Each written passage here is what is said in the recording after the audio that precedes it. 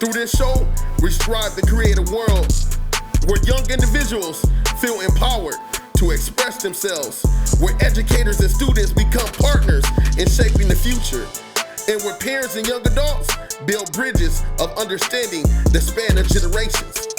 We aim to create a society where everyone's voice is heard, valued, and respected. Welcome to Coach's Corner. What's up? This is your host, Coach Cordell, and we're back on another episode of Coach's Corner. Man, this episode right here, I got my brother. I got my brother from another mother, from all the way up to another thunder. My boy, Coach Bobby Higgins. What's up, man? What's up, kid? What's up, fam? What's up, y'all? Glad to be on the show, man. Man, I'm happy I got you on here, Thanks man. for having me, bro. Long time coming, bro. Yeah, man. Proud of you, man. Proud of you. Long time coming, man. So let's get into it, man. I want to start at the beginning, man. I want to start where Coach Bobby Higgins, where you started at, where you're from. I want to know about your childhood. I want to know all the way up until your high school year, man. Tell me everything. Okay, well, I'm kind of old. I don't know if I can remember that far back. No, I'm just playing. No, man, I was born 73. I was up here as a baby. Pop moved me down to L.A. Struggle was real. Grew up in the hood. Learned a lot of stuff. Saw a lot of things. But I wouldn't change it for nothing because that made me who I am today. That taught me how to treat people and the importance of homies and family love. You know what I'm saying? But we moved back here when I was 14 because I was being a little knucklehead, doing stuff down south I wasn't supposed to do. We moved back down here and I went to Hoover High School, played football, did all right with the grades, You know what I mean? Could have did better. And just from there, from football, in high school, my pop got sick, so I had to stop going to school for a while. Basically, I had to be the provider. Had to be the businessman on the streets, just being real. Street pharmacist? Street pharmacist. Got you. Had to take care of the family, you know what I'm saying? So Pop got better that time. It's after that, I was in my 19, early 20s. Just making sure he was okay.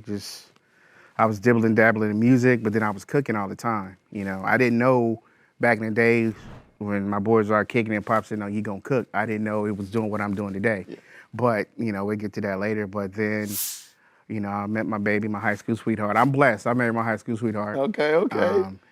And then, I was doing that. We got married. I was working for Brinks. If you guys don't know what Brinks is, that's the money trucks.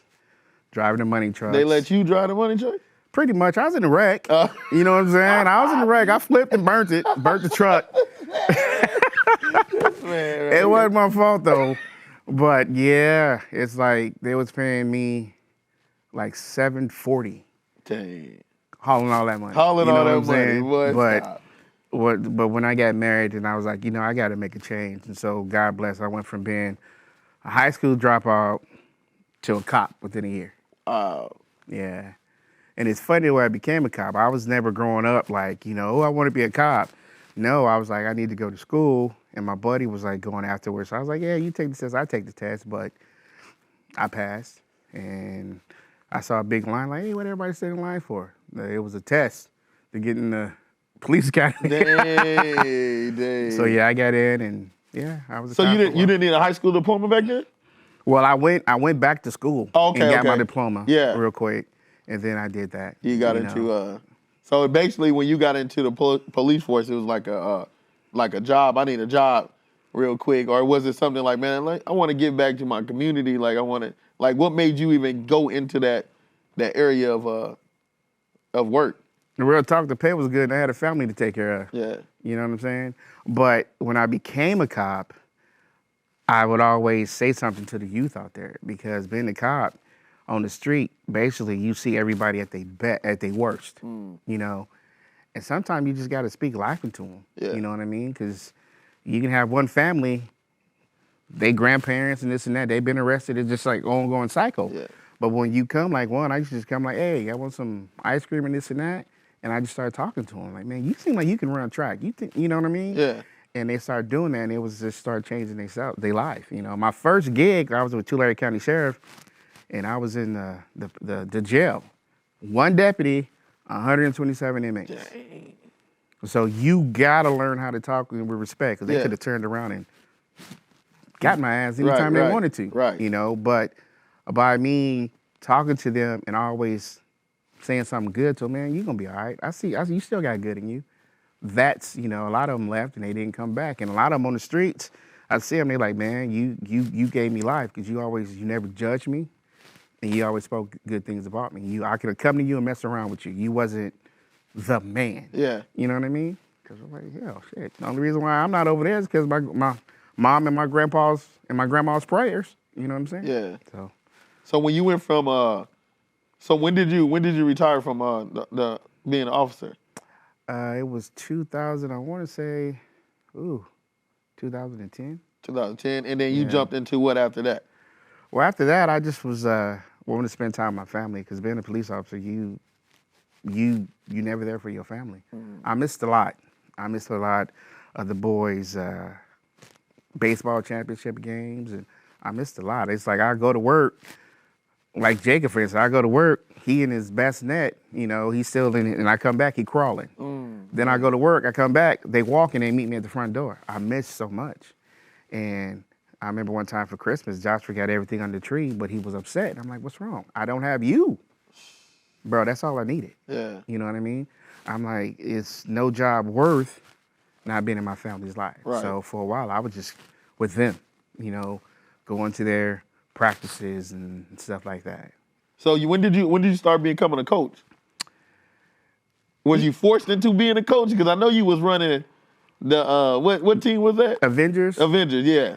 I was a parent when Jacob played, and then they asked me to help out coaching.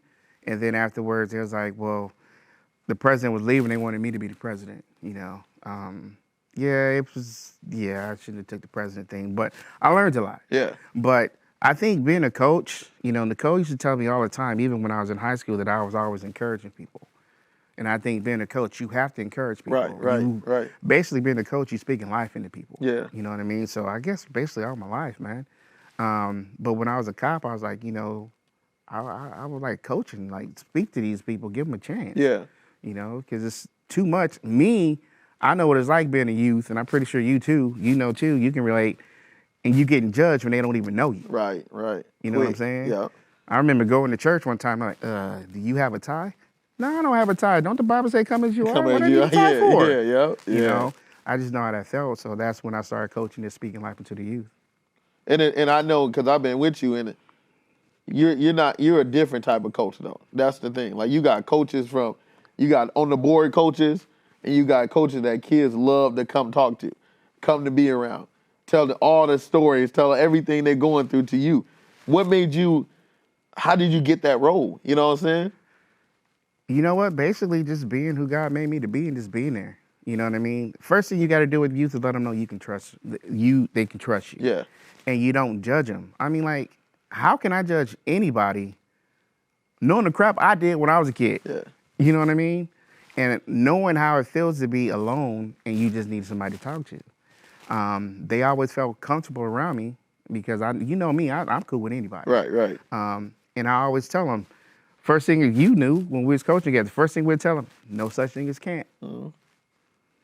No such thing as can't. We tell them, look, okay, your mama's over there. Time for you to come up here and grow up. Put on your big boy drawers. But they just always know, I guess that's a gift God gave me, because they feel comfortable and they can tell me stuff. Right. You know, and sometimes they can tell me some stuff. I'd be like, whoa, okay, how we gonna fix this? Yeah. You know? So I know you part of the school district too. You in the what's that? I'm a campus monitor too. Yeah, campus monitor. Then, but most of the time they come to you and still want to tell you everything. So you're in that field where you get to see kids all the time. What you think is missing? I think that's missing is that kids don't have anything to do. You know, when we were coming up, we would roller skate. We could be kids. Yeah. Nowadays, we live in a society with the cell phones and all the internet, when everybody's like fronting like they got it like that when they not. They don't. And they don't really have adults they can come just talk to and just like feel welcome. You know what I mean? Me, you know, kids come around me and they chill, they feel welcome, they tell me stuff. You know what I mean? It's some teachers where I'm at that's been there for like 10, 15 years and they got attitude with me. Like, I've been here for 10 15 years. The kids don't tell me nothing because you judge them. You judge them. You always, I got a saying, and you know, it's always the root to the problem. What's the root? Why are they acting that way? Right. Find out what the root is and just don't be like, oh, this he's not going to make it, get him out of here. Yeah. You know what I mean? But they don't have that. They don't have that. Now everything is by the book. Everything got to be black and white. You know, just like when I was a cop, they had the spirit of the law and the letter of the law. Man, I didn't do that letter of the law for So what? explain that. What spirit of... The spirit of the law is like your own, you decide what to do, what would be best for the situation. Okay. Yeah. Like say, I pull over a car, because this happened to me. I pulled over a car, the young mother, she had just had her baby. Baby wasn't in the car seat. She was holding her baby. Now, the letter of the law, I was supposed to give her a ticket, get a ride for it, and tow the car. Man, Right. man, that's an ass thing to do. Yeah. You know what I mean? I said, okay, I understand the situation. I'm gonna follow you home and make sure you get home. Then after that, I went and bought her a car seat because everybody's going through something. Right. You know what I mean? Right. So that's the spirit of the law. Like you, and I had times when people going to work, I don't have my license, but I need this job.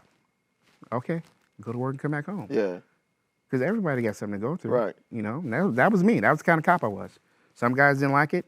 I didn't care. Because I said, if you got a problem, meet me in the parking lot. They never came. For real, man. Dang, so what's when it comes to coaching, right? You coaching so many different personalities, and you're coaching so many people where it comes to they don't believe in themselves. So as a coach, how do you pull that out of a kid that you know that has talent, that could be something, but they don't have that belief in themselves? How do you pull that out that student? First of all, I always tell them, God don't make no mistakes. God created you. He woke you up this morning. That alone let you know you got talent. You got something in you. Because when he's done with you, guess what? These don't open in the morning. You know what I mean? Right. But a lot of that comes from the society we live in with both parents gone, not working, and you have kids basically raising themselves, you know?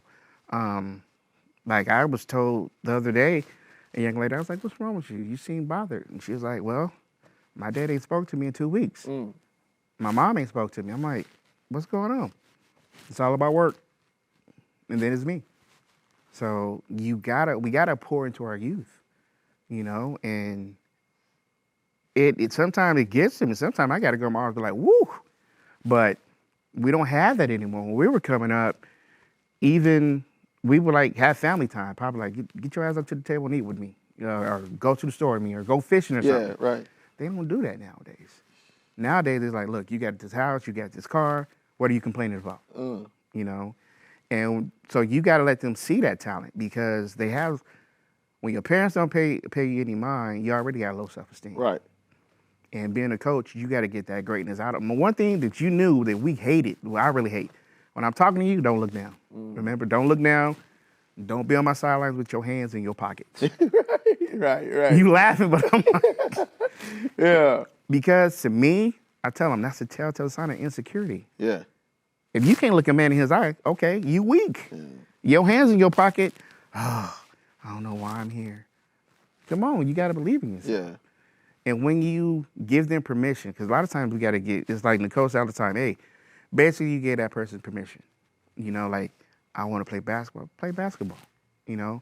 And once you give permission and you believe in them, that's when they get in it. Right. You know, but we can't lie. I'm like, if you got a belly like mine and you come to me like, Coach, I want to be a wide receiver.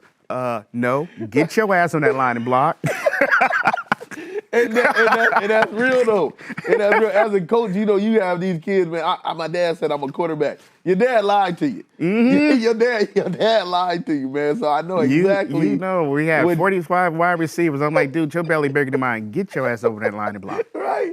And that's the fun thing about, man, you got, because you know we both them coaches where students they love coming up to us because we keep it 100, man. You have to. You got to keep it 100 with these kids, and I think that's how they gravitate towards you more because you keep it 100 with them, man. And it's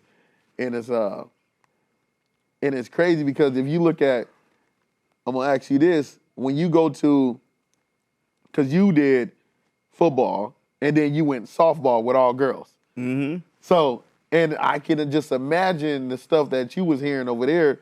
And yeah. how do you even, when it comes to a female athlete, how do you even get them to believe in themselves? That they got super self-doubts. The way they looking, they want to they going through boy problems and stuff. Like what? Like how do you do in that challenge right there? The first thing that I got to do when it comes to females, I tell them, know your worth. And know the power you have. You know what I mean? I tell them, these little boys, look, I'm going to be real with you. You got what they all want anyway.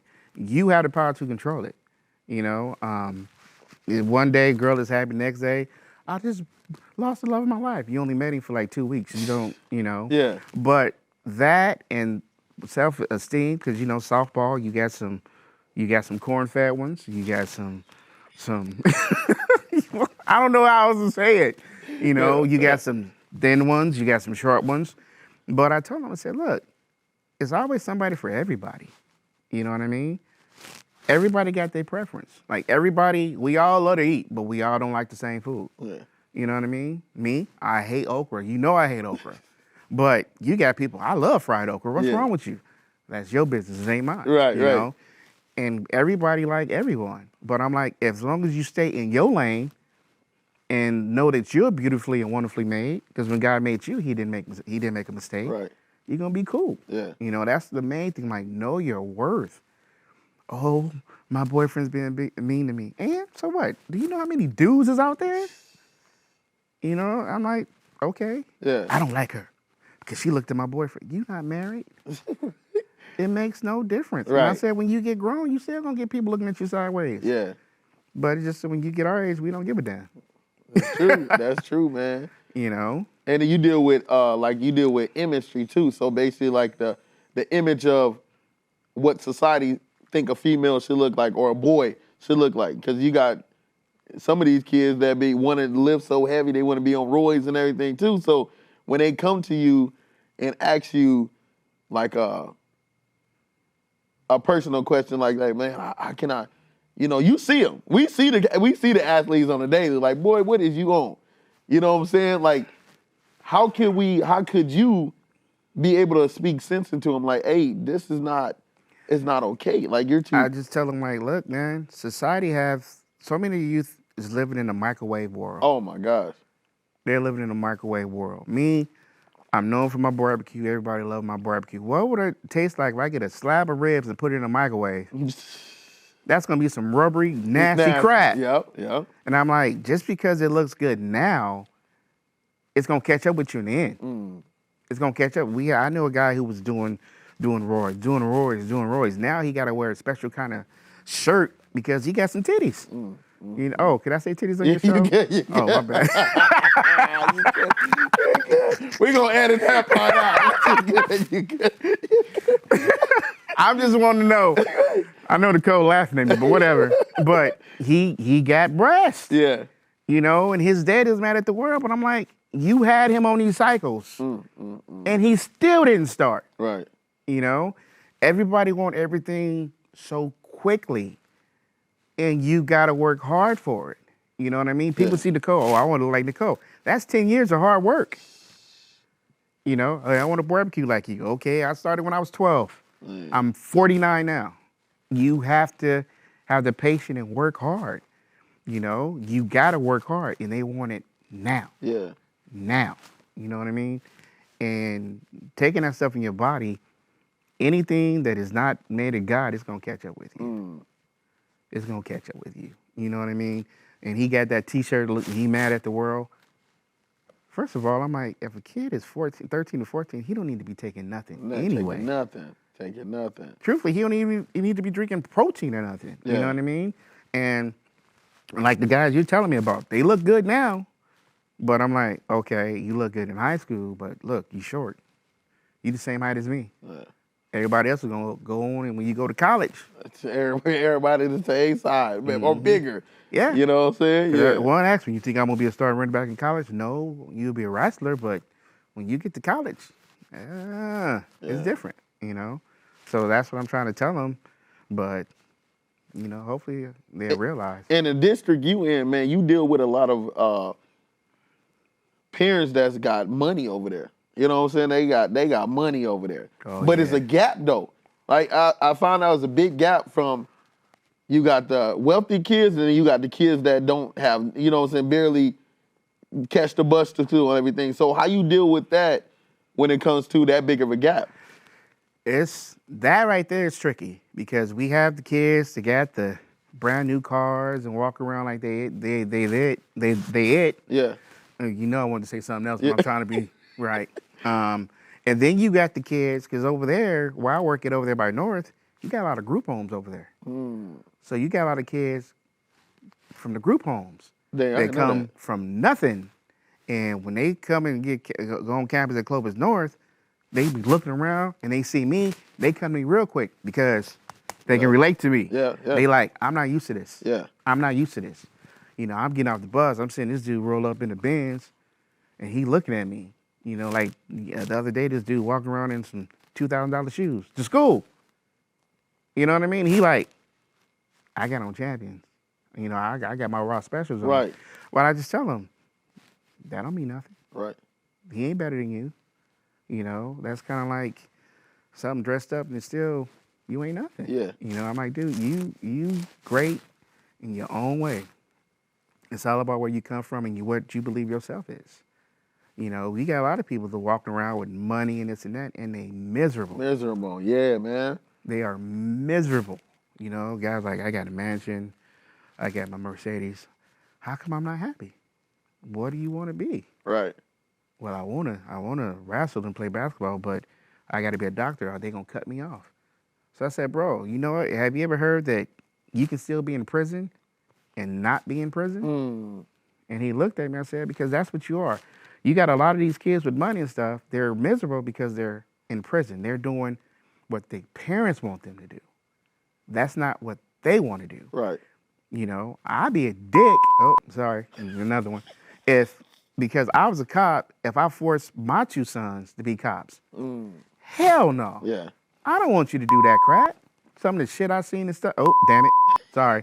Some of the stuff I seen, and I don't want them to go through that because, no lie, sometimes today, even now, I haven't been a cop since 2010. It's sometimes I can think about something. I wake up at night because some of the stuff you see, you never get over it. I don't want to put them through that. You know what I mean? God put a dream in everybody. When he made you, this is what I want you to do. This is your purpose. You got to believe me, keep your eyes on me. And yeah, it's going to be bumpy. You know, he show you, but he never show you the way to get there. Right. Everybody got a different way to get there. You know, like where I live, you got a different way of coming to my house. I got a different way of coming to home. Nicole got a different way of going. We all got our journey. We just got to stay on our lane and focus on us. But with society and everything, we want to look at everybody else. Oh, I like them Jordans. Okay, yeah, you got some bomb Jordans. Okay, I'm old, my dog's hurt. I got some comfortable shoes. You know what I'm saying? I don't care. Right. Coach, what that M stand for? That my dogs ain't barking. That's what it stands for. Masterpiece. You got no masterpiece on. You know what I'm saying? Yeah. But it's my lane. It's my shoes. My dogs ain't barking. Whatever. Go on with your Georgia. Go on over here with your Nike. Yeah. You be happy. You be you. But now everybody, they try to compete. That's why you have so much haterism and jealousy going on. They try to compete. Like, I go to the gym, I be seeing people. They see me, they be walking fine. Hey, what up, B? What up? They see Nicole. Nobody got changed, yeah. I'm up there, you see this? Yeah. Be you. You know what I'm saying? And that's why at North, they have all that stuff, but they don't have a family. They don't have self-worth. And that's what you really see. The guys from like coming in that don't have anything, I tell them, you got worth. Work hard and you get it too. Right. You know what I mean? Right. And then after a while, they're like, you know what?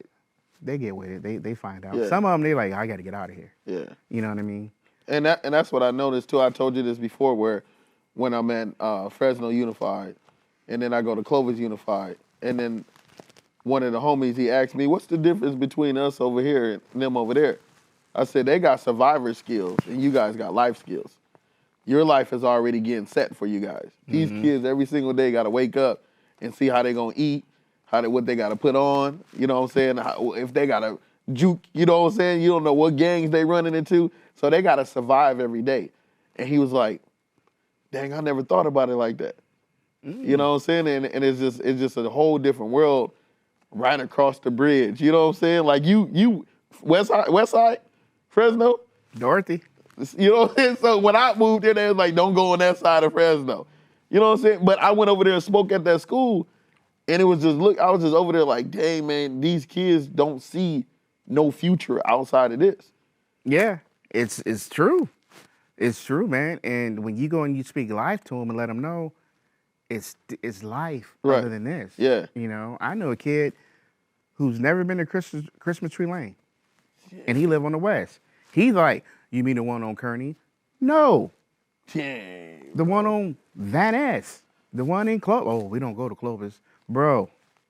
You know, but when I was living in LA, I knew people who lived in Compton, never been to the ocean. All they know is that. But it's mindset. Yeah.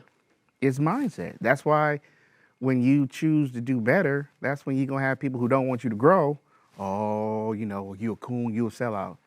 Whatever. Yeah. You know what I mean? Like North. You got some kids at North will not go past a certain part of Blackstone. You think I'm lying? You let North play a football game at Ratcliffe. It won't be nobody in the stands. That's crazy, man. That's crazy, man. But it's true, though. It's true. And, man, I like to ask this question before we get out of here. What would you tell your younger self if you had the opportunity to go back, and as you adult now, and as you mature, as you went through the obstacles, seen life, what would you go back and tell your younger self? That's a good question. That's a real good question. If I can go back, I'd tell my younger self, don't let nobody take away the dream God gave you. Or don't let nobody take away your self-esteem. You know what I mean? Because we don't know because we're young. But even when we're young, God already got our destiny set. Yeah. The enemy knows. So he gonna send somebody up there to make you quit. And they will say stuff to make you think. You know, when I was younger, I was working at Target. And I was told, don't you leave that job. That's a career job. How the hell is Target a career job? You know? And then, like with my cooking, and this and that. I will never let anybody break my self-esteem and tell me, take away my dream. Because that happened, and I suffered years for that. Yeah. And it just came to the point I was like, what the hell am I doing? I was put here to do this, not that. So if I can go all the way back, I was like, don't let nobody take away my dream that God gave me and my self-esteem. Because it don't matter where you live. I lived in the hood, all that. But if God gave you something, he going to bring you out. You got to work and keep the faith, and you got to stay focused on him. Man, y'all heard it, man. Y'all heard Bobby, Coach Bobby Higgins, you know. What up? Before, and then I got one more.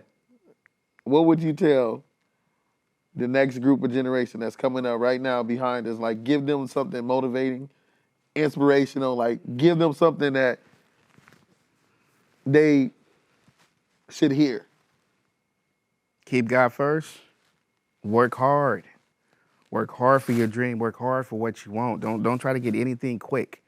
Because if you notice, every time when somebody gets something quick, it don't last. It don't last. Work hard.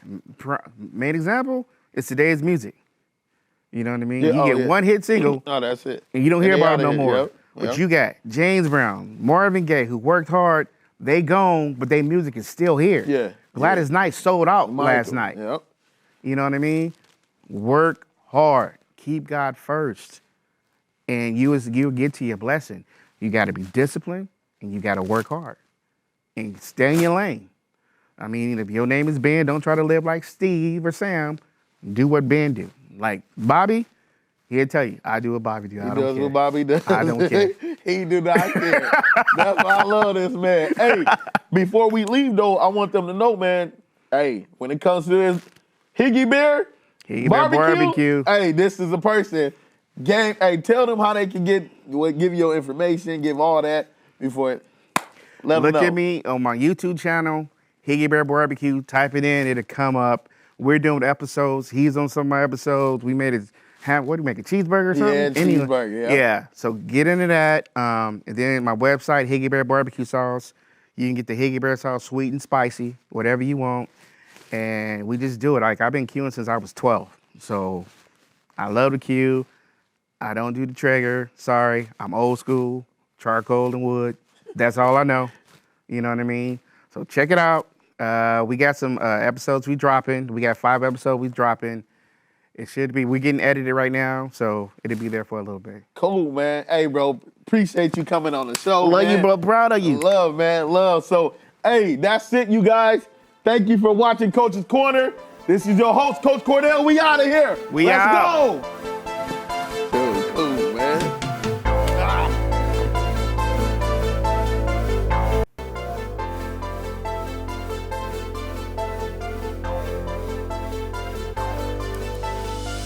Welcome to Coach's Corner, a platform dedicated to giving students and young adults